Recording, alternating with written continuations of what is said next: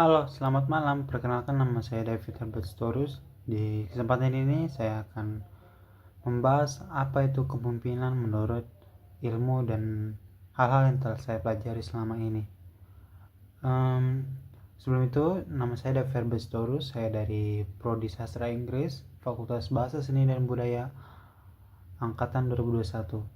Oke, kepemimpinan. Kepemimpinan adalah sesuatu hal yang kita ketahui adalah bersifat dilahirkan, bukan dibuat. Karena kepemimpinan itu adalah sifat bentuk seorang pemimpin yang dipilih dari suatu kelompok, organisasi, ataupun masyarakat itu sendiri. Nah, sebenarnya kepemimpinan itu sepenting apa sih? Nah, kepentingan itu pentingnya itu karena emang untuk kepentingan kelompok atau yang seperti saya bilang tadi, organisasi dan masyarakat. Nah, setiap kelompok atau organisasi membutuhkan pemimpin, bukan, untuk menjalankan tujuan dan visi misi yang mereka sudah buat. Nah, dengan adanya pemimpin juga bisa mengontrol ataupun melihat perkembangan progres dari setiap apa yang mereka lakukan selama untuk mencapai tujuannya mereka itu sendiri. Nah, pemimpin itu ada banyak contoh seperti yang kita tahu, seperti ketua organisasi, presiden, ataupun pejabat-pejabat yang memimpin daerah, dan juga mungkin sebagai kepala desa, ketua RT atau semacamnya. Nah, kepemimpinan itu adalah sesuatu yang harus diraih oleh seorang yang dipilih untuk jadi pemimpin. Nah, kenapa kepemimpinan itu harus ada dalam diri pemimpin?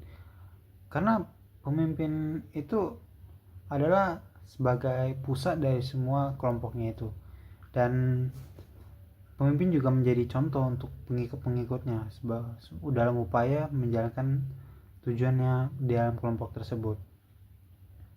Lalu, kepemimpinan juga berasal dari pengalaman seorang pemimpin tersebut, seperti jika dia pemimpinnya pernah melakukan atau menjadi pemimpin di dalam kelompok sebelumnya atau dalam organisasi sebelumnya, mungkin dalam hal itu dia akan menumbuhkan jiwa yang sudah tertanam itu kepemimpinannya, karena yang sudah punya pengalaman, dan dia sudah bisa menerapkannya nanti di kelompok ataupun di tempat barunya nanti jika dia terpilih sebagai pemimpin.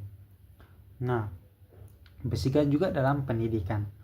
Nah, pendidikan itu seperti kayak pemimpin itu dia disekolahkan dulu, atau ya kalau misalnya di tentara itu kayak sekolah militer. Nah, di situ dia akan dibimbing, dibina, dan diarahkan supaya menjadi pemimpin. Dan kemudian dia setelah selesai pendidikan, maka dia sudah mempunyai ilmu-ilmu dalam hal memimpin organisasi atau dalam memimpin suatu kelompoknya nanti. Nah, pemimpin itu juga adalah harus orang yang bersifat terbuka dalam hal sebagai menerima pendapat kelompok anggotanya dan juga lain-lainnya. Nah, untuk pemimpin juga harus bisa menerima pendapat orang lain, menerima pendapat dari luar atau apapun, dan jangan terpacu dengan oleh kepentingan sendiri atau sebagai pemimpin. Pemimpin bukan berarti orang yang akan selalu mempunyai hak suara yang satu dan selalu akan dipatuhi, karena semuanya itu harus terjadi kesepakatan antara pemimpin dan juga kelompoknya, dan juga yang termasuk anggota-anggotanya itu. Nah,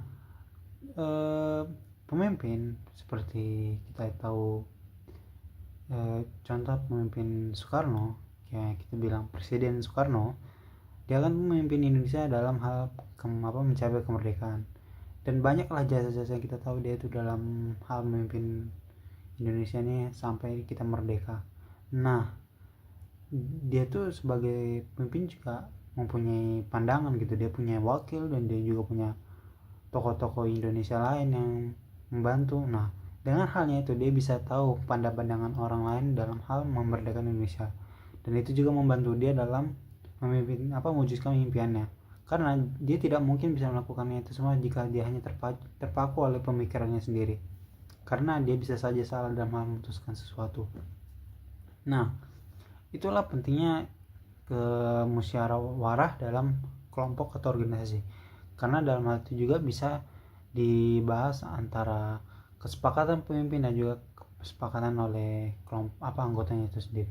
Dan jika terjadi kesepakatan bersama, maka terwujudlah harmoni ataupun chemistry yang terkuat dalam kelompok dan juga pemimpinnya itu, karena pemimpin dan anggotanya bisa dalam menjadi satu padu dalam mewujudkan visinya, karena mereka dalam satu pendapat atau dalam satu keputusan yang bersama dengan baik. Nah, pemimpin juga dalam artian juga orang yang bukan menyuruh anggotanya melakukan sesukanya. Justru pemimpinlah yang mengarahkan supaya mereka bisa mewujudkan goalnya.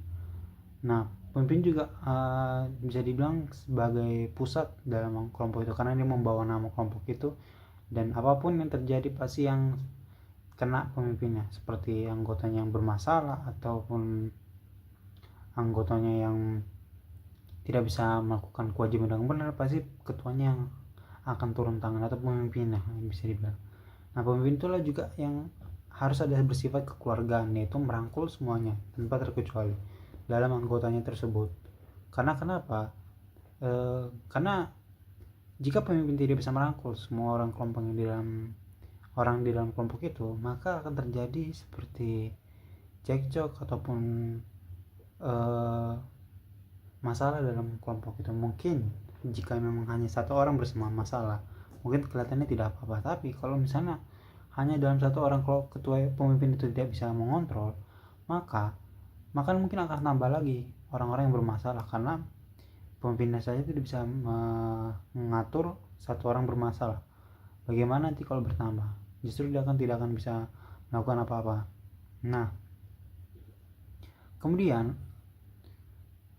pemimpin itu adalah hal yang bertanggung jawab apapun yang terjadi. Ya, kita tahu yang kayak seperti kelompoknya anggotanya bermasalah, pasti pemimpin yang ini. Nah, justru tanggung jawab itu adalah sifat yang mungkin juga harus diperlukan oleh seorang pemimpin, karena pemimpin juga harus menanggung resiko, karena pemimpin itu adalah orang yang dipilih kelompoknya, bukan karena dia memilih sendiri kan. Nah, seorang pemimpin itu harus tahu tanggung jawab dan juga apa resiko yang harus diterima, dan harus menjalaninya dengan tulus dan juga sepenuh hati. Karena jika pemimpin itu gagal, setidaknya dia bisa melanjutkan melaksanakan tugasnya dengan benar gitu. Meskipun dia gagal dalam artian ya kelompoknya lebih keras kepala gitu memimpinnya, setidaknya pemimpin itu tidak menjatuhkan atau menjatuhkan anggotanya itu tersebut. Biarlah pemimpinnya itu yang menjadi yang korban atau salahnya itu, karena pemimpin juga harus menjadi menanggung semuanya itu. Nah, disitulah beratnya jadi pemimpin, karena nggak semua orang bisa menjadi pemimpin. Karena pemimpin itu yang seperti kita awal bilang tadi, itu harus dilahirkan dalam bentuk kesepakatan bersama, pendidikan, dan juga pengalaman, dan juga introspeksi diri dari pemimpin itu sendiri. Dan pemimpin juga harus mempunyai pemikiran terbuka dan tanggung jawab yang besar, karena pemimpin tidak mungkin hanya bisa mengarahkan satu aspek yang dia miliki, karena pemimpin itu adalah hal yang tidak bisa diremehkan.